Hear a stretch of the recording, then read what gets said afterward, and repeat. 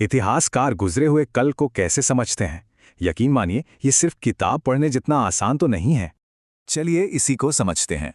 Screen पर भारतीय उपमहाद्वीप के दो नक्शे हैं, पर देखिए कितने अलग हैं। यही तो सबसे बड़ा सवाल है। एक नक्शा 1154 का, दूसरा 1720 के दशक का। जगह एक, पर नक्शे इतने अलग क्यों? इस पहेली को सुलझाने के लिए पहले इन नक्शों में छिपे सुरागों को समझना होगा। पहला नक्शा है अल इदरीसी का, जिसमें दक्षिण भारत ऊपर की तरफ है।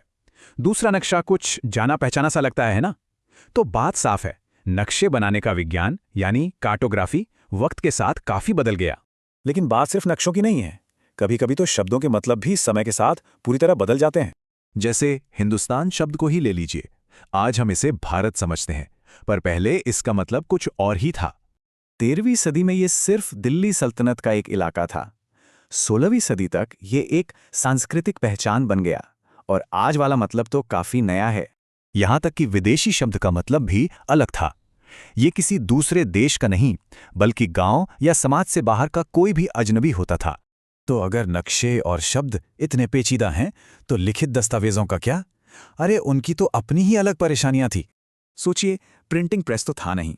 लिपिक, जिन्हें स्क्राइब्स कहते हैं, सब कुछ हाथ से कॉपी करते थे, और यहीं से गड़बड़ शुरू होती थी। ये कुछ ऐसा था जैसे किसी दोस्त का होमवर्क कॉपी करना। लिखावट समझ नहीं आई तो शब्द बदल दिए, और बस गलतियां होती गईं। अब सदियों तक कॉपी दर कॉपी होते होते ये छोटी छोटी गलतियां इतनी बढ़ गईं कि असल टेक्स्ट के कई अलग वर्जन बन गए। अच्छा, अब दस्तावेजों से आगे बढ़ते हैं। 700 से 1750 के बीच पूरी दुनिया ही तेजी से बदल रही थी। नई टेक्नोलॉजी आई, नए नए खाने पीने की चीजें आईं, और बाहर से लोग अपने साथ नए आइडियाज लेकर आए। मतलब जबरदस्त बदलाव का दौर था। जैसे कि ये पर्शियन व्हील यानी रहट, इस जैसी टेक्नोलॉजी ने खेती और समाज दोनों का नक्शा ही बदल दिया। इसी दौर में राजपूत और मराठा जैसे नए नए सामाजिक समूह भी ताकतवर हुए, और धर्म में भी बड़े बड़े बदलाव आए।